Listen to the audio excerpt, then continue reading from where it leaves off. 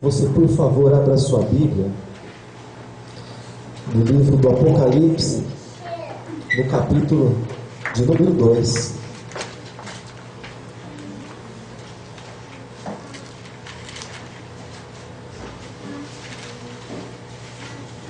Amém? Livro do Apocalipse, capítulo de número 2.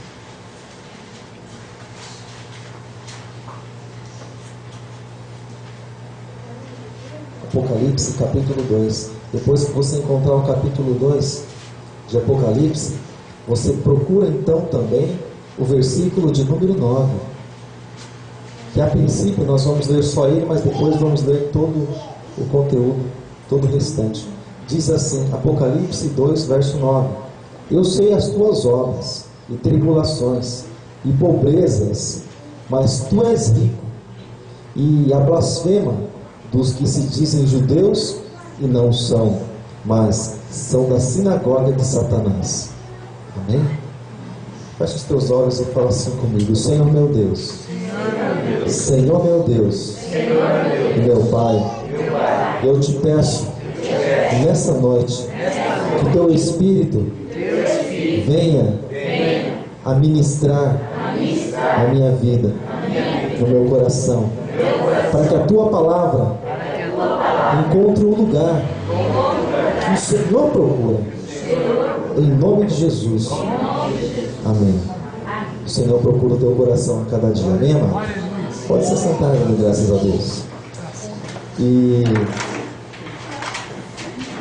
eu só quero falar algo aos irmãos, porque hoje nós estamos celebrando, nós vamos estar comemorando a nossa libertação, que está simbolizado na ceia do Senhor. Mas enquanto isso, a Patrícia vai estar passando, ela vai só voltar ali no começo, só para você saber a respeito do que nós estamos comemorando hoje, tá bom?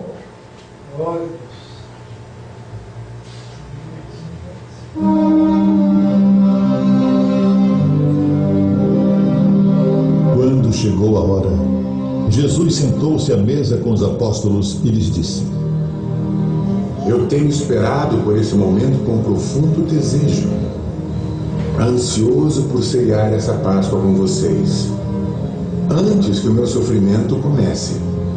Pois eu digo a vocês que nunca comerei esta ceia até que eu coma o verdadeiro jantar que haverá no reino de Deus. Então Jesus pegou o cálice de vinho, deu graças a Deus e disse: Peguem isso e repartam entre vocês. Eu nunca mais beberei desse vinho novamente, até que chegue o reino de Deus. Levaram também 2 criminosos para serem mortos com Jesus. Quando chegaram ao lugar chamado A Caveira, ali crucificaram Jesus, e junto com ele os 2 criminosos, um à sua direita, outro à sua esquerda. Então Jesus disse: Pai, perdoa essa gente. Eles não sabem o que estão fazendo. Em seguida, tirando a sorte com dados, os soldados repartiram entre si as roupas de Jesus. E os líderes judeus zombavam de Jesus. Ele salvou os outros, que salve a si mesmo, se é de fato o Messias que Deus escolheu. Os soldados também zombavam de Jesus.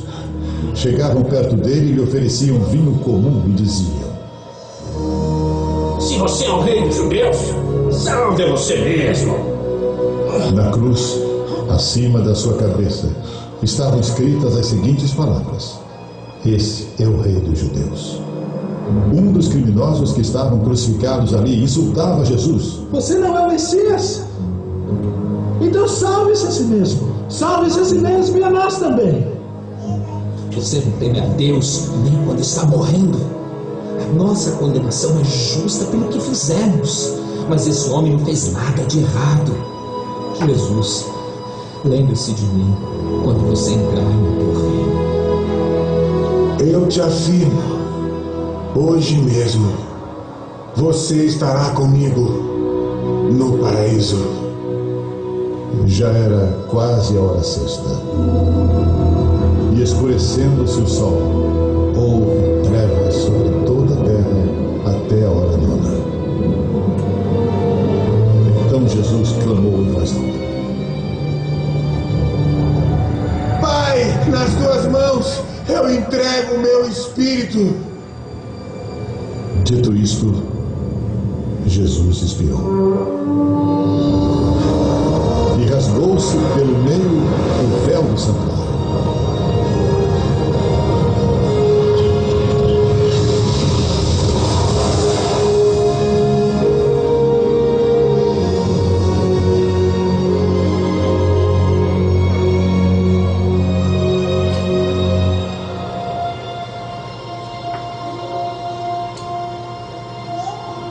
Vendo o centurião o que tinha acontecido, deu glória a Deus, dizendo: verdadeiramente este homem era justo. Bem, isso fala alguma coisa com você? Eu creio que sim, né? Isso é o que nós estamos comemorando hoje. Graças ao sacrifício do Senhor Jesus na cruz, hoje nós estamos aqui adorando o nome dele. Hoje nós temos vida.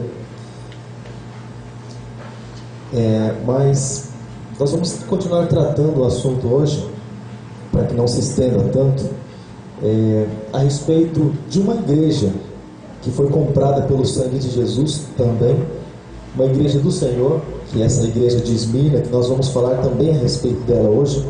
Vamos fazer um comentário rápido por causa do nosso horário, mas essa igreja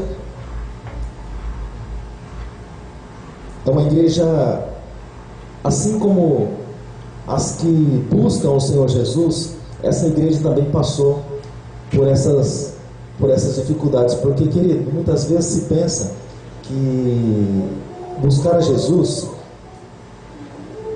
a impressão que é tudo fácil, é tudo simples, mas existe um preço para se pagar. Jesus falou a respeito desse preço. E só para você ter ideia, essa é a cidade, a visão panorâmica da cidade de Esmirna, nos dias de hoje, é claro. E pode passar. E aí são alguns pontos, né? E são também pontos turísticos, pontos visitados, pode passar. Aí algumas descrições a respeito da cidade, a respeito também de alguns pontos, a respeito de alguns acontecimentos na época, antes de Cristo, e outros acontecimentos que surgiram nessa cidade, e a carta que foi direcionada para essa cidade. Já vou falar a respeito dessa construção, essa construção que está aqui logo abaixo. Já vou fazer um comentário a respeito desse assunto. Pode passar. E aí mais uma visão panorâmica, né? Visão aberta, bonita cidade, nos dias de hoje, toda construída, cidade marítima. Olha aí, montanhas, serras. Essa é a cidade de Esmirna. Então Esmirna, aí como você pode ver, é uma província do sudeste da Turquia, situada na região de Egeu. E algumas informações a respeito da sua geografia, da província banhada pelo Golfo, e também cercada por algumas províncias ao norte e do sul. Pode passar. Mas vamos lá, vamos para a palavra. Ao anjo que está na igreja de Esmirna, escreve: isto diz o primeiro e o último, o que foi morto e reviveu. Então você percebe que é interessante que, como eu disse alguns dias atrás, ou domingo atrás, se eu não me engano, Jesus ele deixa, poderia dizer muito bem assim: sou eu que estou falando, mas você pode procurar na história toda. Quando você fala a respeito de alguém que foi morto e reviveu, só existe um. Amém? É o Senhor Jesus. Assim como ele deixou bem claro no Evangelho de João, no capítulo 3: ninguém subiu ao céu, a não ser aquele que desceu do céu, o Filho do Homem. Ele falando a respeito dele. Então o único que ressuscitou foi o Senhor Jesus. Mas ele deu um recado também. Ele disse que aquele que crê nele, no nome dele, ainda que esteja morto, ele viverá. Viverá por toda a eternidade, viverá na presença do Pai, para reinar, para viver para todo sempre na Nova Jerusalém. Amém, querido? Então, se fala aí a respeito de uma carta direcionada, como falamos semana passada, a respeito de um tratamento, mas ele está direcionando essa carta ao anjo. Você percebe que ele nunca direciona a carta diretamente para a igreja, para os irmãos da igreja, mas primeiro ele trata ali tratamento com o anjo. Por quê? Porque o anjo da igreja, na verdade, ele influencia, ele tem esse poder, vamos chamar assim, de influenciar. Então, por isso que ele trata diretamente com ele. Ele poderia dizer assim: olha, diga lá para os irmãos lá da igreja de Esmirna, mas ele trata com aquele que foi colocado. Por quê? Porque Deus ele também respeita a autoridade e hierarquia, e o anjo passa para as pessoas, para o povo. Então, por isso que quando eu sempre falo a respeito de temor de Deus, quando nós vemos um ou outro se vender, um ou outro se escorregar e cair, a gente até entende, porque nem todas as pessoas buscam na mesma proporção. Mas quando você vê o anjo da igreja fazendo algumas coisas assim que não se deve, não dá para admitir de maneira nenhuma. Amém, querido? Porque ele tem influência sobre outras pessoas, então ele tem que se reservar e tem que se preservar para o Senhor, para que a influência dele possa ser, para que a pessoa possa buscar mais e mais o Senhor, mais e mais da presença de Deus. E quando se fala a respeito desse anjo, é interessante que nós falamos sempre a respeito daquilo que existe por trás da história. E é uma carta assim tão curta, mas muito objetiva. E quando ele fala a respeito do anjo, se você for na história, você vai se identificar, você vai dar de frente com um homem chamado Policarpo, que supostamente seria o anjo, seria o pastor dessa igreja. Alguém que foi discipulado por João também, pelo evangelista João, por esse que teve a revelação do Senhor. E durante esse período em que João ele foi levado a ilha de Patmos para ser morto, porque o que teve, eu creio que uma morte um pouco mais suave, né, foi esse, porque os outros foram martirizados, um morto à espada, o outro, né, segundo diz as histórias, né, crucificado de cabeça para baixo, enfim, a morte terrível pelo fato de ser cristão. E eles morriam assim, querido, não porque eles roubavam, porque eles matavam, mas porque eles eram cristãos. Eles não eram cristãos simplesmente porque frequentavam uma igreja. Isso não é ser cristão. Cristão é se parecer com Cristo, é ter uma identidade. Porque cristão é um título que os discípulos, ou melhor, os apóstolos, conseguiram lá no livro de Atos. Por eles parecerem com a atitude que eles tomavam, eles pareciam com Cristo e começaram a chamar eles de cristão. Não eles se autonomearam de cristão, nós somos cristãos, andamos com Cristo, não. Chamaram eles de cristãos, porque eles eram diferentes. Então não é um fato simplesmente alguém que, estou indo lá na igreja tal, eu sou cristão. Negativo. Cristão é quando alguém perceber que a tua vida é diferente, que a tua vida é assim como está escrito em Romanos 12, 1 e 2, você cultua a Deus com o teu culto racional e você transforma o mundo pelo poder do teu entendimento, pela renovação do teu entendimento. Amém, querido? Graças a Deus. Então esse homem, só um pouquinho esse homem, ele, se você procurar na história, você vai perceber que Policarpo foi, sim, alguém que assumiu esse trabalho, discípulo de João, mas ele teve uma morte também, querido, uma morte terrível. Embora os cristãos da época, eles eram perseguidos até a morte, porque o ódio principal, o assunto principal e o tema principal e motivo principal do qual as autoridades mais perseguiam os cristãos é que eles falavam que Jesus morreu sim, mas ao terceiro dia Jesus ressuscitou. E as autoridades não admitiam isso. Eles o tempo todo batiam o pé dizendo: não, o corpo de Jesus foi roubado, ele não ressuscitou, ele está morto. E eles, até o último fôlego de vida, eles diziam: não, Jesus ressuscitou. E nós temos prova disso. Nós podemos dizer também: Jesus ressuscitou. E nós também temos prova disso também. Você tem prova disso? Que Jesus ressuscitou? Ele fez alguma mudança na tua vida? Amém? Ele abriu os teus olhos. Ele tirou lá do mundão, da escravidão de Satanás e te deu liberdade para adorar. Transformou tua família. Amém, querido? É esse Jesus. Nenhum morto faz isso na vida de ninguém, mas sim alguém que vive e tem todo o poder. Amém? Então esse homem ele foi levado numa arena onde se praticava jogos olímpicos, mas ele não foi para torcer, não foi para participar de algum jogo, mas ele foi para ser martirizado, ele foi para ser morto.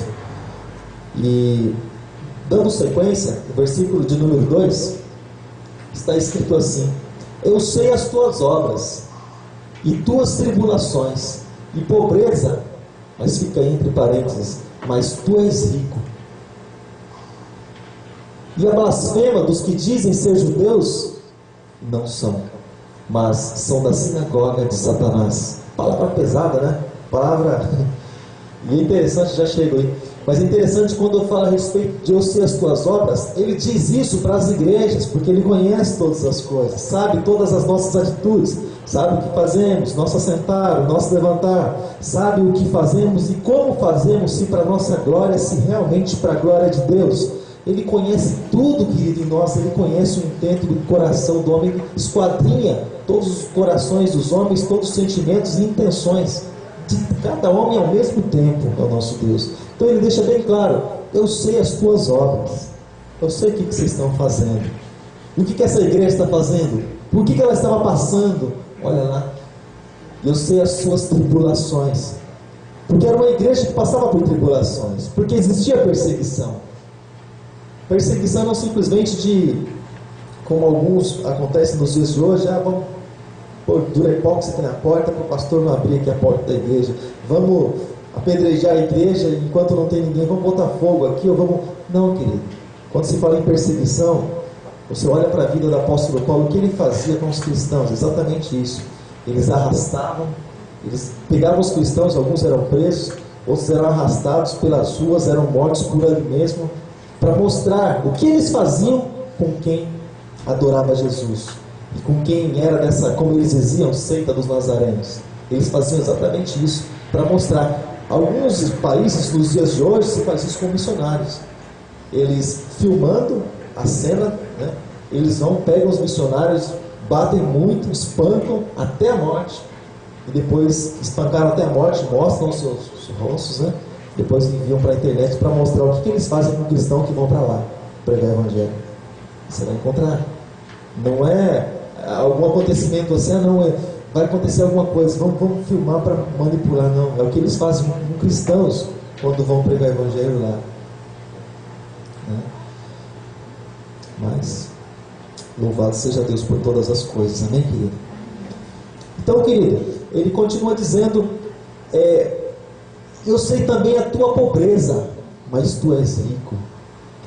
Porque Esmirna em si não era assim uma cidade tão pobre, principalmente na época não era uma cidade tão pobre, cidade marítima, e tem aquele movimento todo de financeiro, mas a igreja era pobre. A igreja era pobre. Você percebe que nos nossos tempos, e não dá para chamar de cristão para não ofender os cristãos, mas você percebe que a maioria das pessoas que são cristãs e que temem a Deus e amam o Senhor são pessoas pobres. Você percebeu isso? Você pode pensar assim: não, então umas igrejas de rico. Deixa eu falar uma coisa para você, irmãos. A palavra do Senhor diz, está escrito que onde está o nosso tesouro, aí está o nosso coração. Quando você não tem nada para pôr no teu coração, quando você só tem o Senhor, e a palavra do Senhor diz no livro de Salmos, um homem que tinha tudo, mas ele disse assim: não tem outro bem além do Senhor. Davi disse isso. Mas quando a pessoa ela possui muitas coisas, a atenção dela, ela está na igreja, querido, mas a mente, o coração dela não está, dificilmente está ali. Dificilmente está ali. A pessoa precisa ser convertida mesmo para estar ali. Porque os afazeres, você lembra daquilo que Jesus estava falando com Marta e Maria? Você lembra? Marta fazendo dos seus afazeres, na preocupação, é algo de rotina, algo natural. Mas Maria, o que ela fez? Ela sabia que ela também tinha um monte de coisa para fazer, mas ela se assentou aos pés do Senhor. Jesus fez questão de dizer: ela escolheu a melhor parte e não vai ser tirada. Então, querido, quando nós optamos por ter o Senhor, assim como nós cantamos, eu decidi Jesus te eleger como meu Senhor.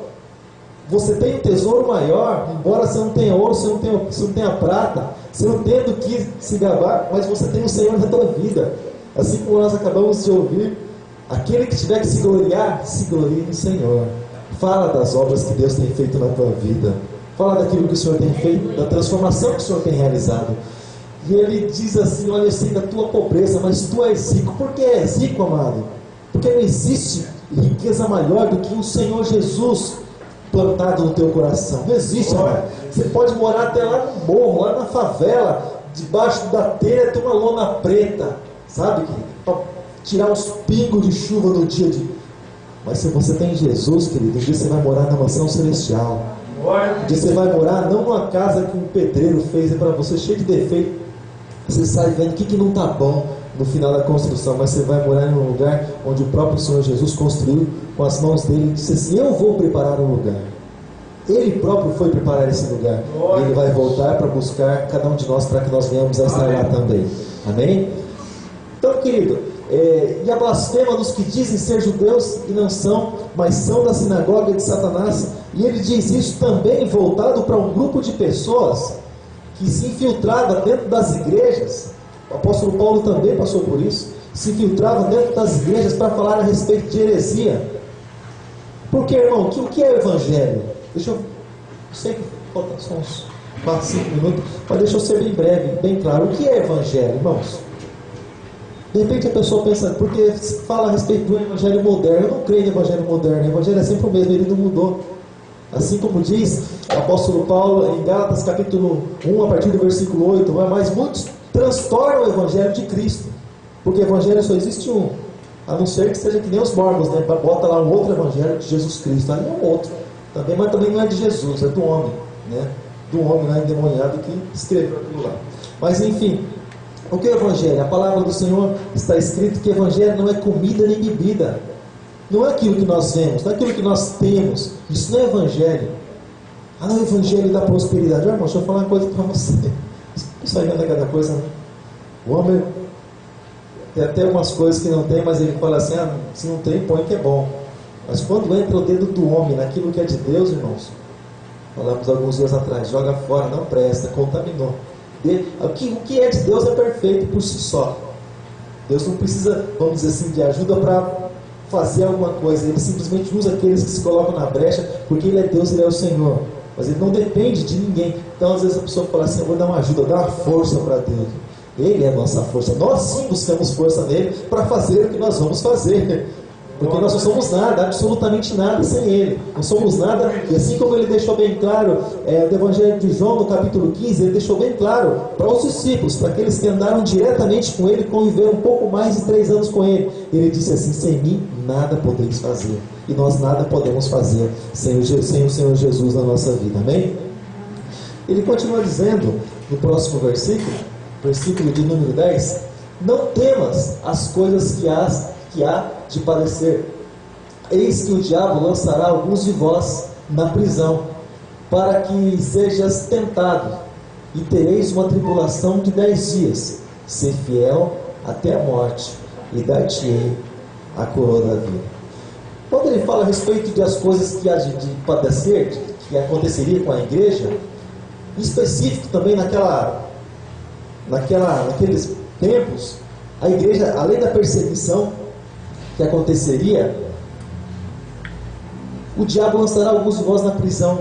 Você transporta isso para o mundo espiritual, principalmente aqui para os nossos dias. Você pode pensar assim: pastor, mas padecer, lançar na prisão, existem muitas maneiras, irmãos, de nós não padecermos. Você sabia disso? Você tem um caminho aqui que é mais estreito. Você fala assim: não vou passar por isso aqui não. Então, uma maneira mais fácil, meu jeitinho brasileiro, eu vou por esse que é um pouco mais largo. Deus sabe, conhece todas as coisas, eu vou por aqui mesmo. Deus vai me entender. Ele entende. Ele entende que tem um caminho estreito, uma porta estreita. E Ele entende também que nós precisamos entrar por ela. Ele entende que o cristão, como está escrito, que ele precisa padecer para aprender a valorizar. Você lembra aquela palavra que Jesus disse para o apóstolo Paulo? Esse moço vai padecer por causa do meu nome. Essa palavra, irmão, traz para a tua vida. Por causa do nome de Jesus. Blasfemado, amizade muitas vezes até dispersa. As pessoas te olham de maneira diferente pelo fato de você ser cristão. Estou falando quando é cristão, irmãos. Eu não estou falando quando é crente camaleão. Cada lugar que ele está é algo diferente, né? Ele se transforma dependendo do lugar que está, né? A gente vê cada um, né, Fábio, lá no trabalho, né? O cristão até, meu Deus, não vou falar aqui para você porque a gente passa até vergonha. Mas tem hora que a gente para olhar, sabe, até nos vestiários da vida, a gente para olhar assim e fala: não pode ser. Você dá uma olhadinha assim e fala: não, pior que é. E às vezes carrega o título e envergonha os cristãos, porque muitas vezes fazem cada coisa que você fala: meu Deus, como é que pode um negócio desse? Então, querido, quando se fala a respeito de prisão, esse também é um tipo de prisão, porque a pessoa é aprisionada pelo pecado, e ela não vive sem ela pecar, ela não vive sem ela participar ou sem ela praticar as coisas que ela fazia antes, ela não vive, mas ainda assim carrega o título de cristão. Bota o crachá no peito, sou cristão, olha aqui, sou cristão, fala comigo, eu sou cristão. E muitos andam aprisionados. Você sabe por quê, querido, que andam aprisionados? Porque quando chega na presença do Senhor não tem liberdade. Não tem liberdade para louvar, não tem liberdade para adorar. Porque no mundo, quando se está, a boca se delata, assim, sabe, nas alegrias do mundo. Mas na presença de Deus a pessoa não consegue derrubar uma lágrima. Não sei como é que pode um negócio desse.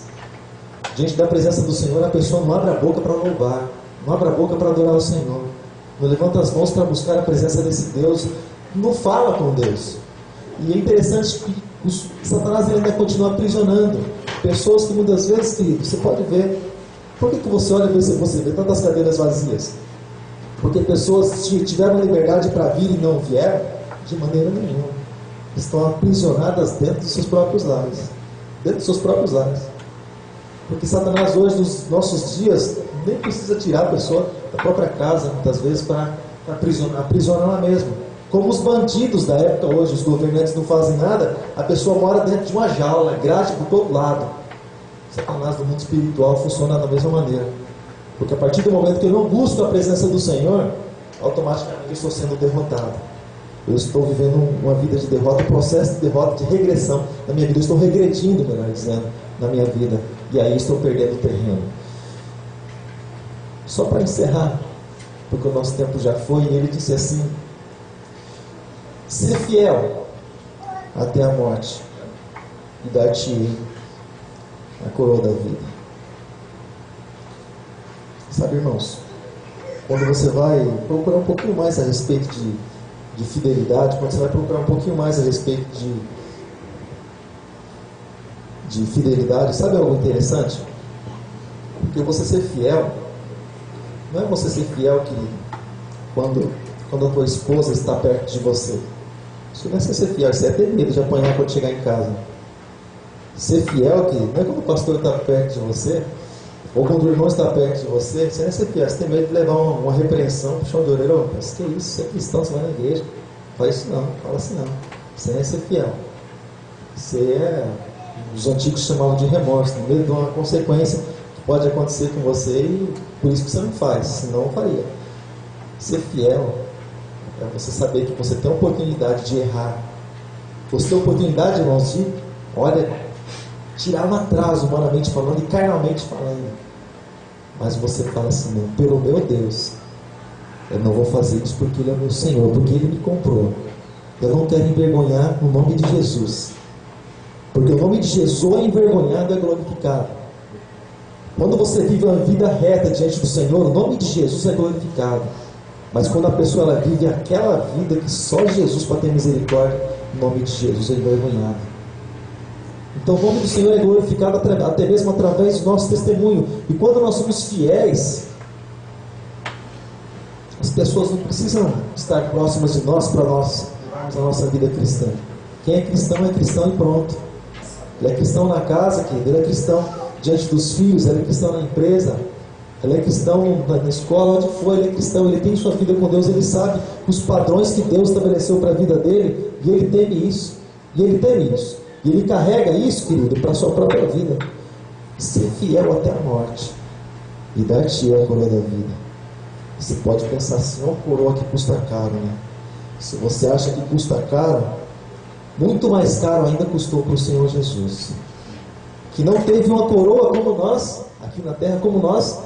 Ele prometeu para nós uma coroa por a nossa cabeça, mas a coroa que ele ganhou aqui, ó, foi a coroa de espinho, a coroa que furou e teve várias perfurações. Foi essa coroa que ele recebeu por ser o Filho de Deus. Essa é a coroa que o mundo coroa o cristão. Essa é a coroa que o mundo coroa o cristão. Mas eu louvo a Deus pela excelência de Deus, pelo poder de Deus, porque Deus é maravilhoso. Coisas maravilhosas Ele tem preparado para cada um de nós. Amém, querido? Graças a Deus.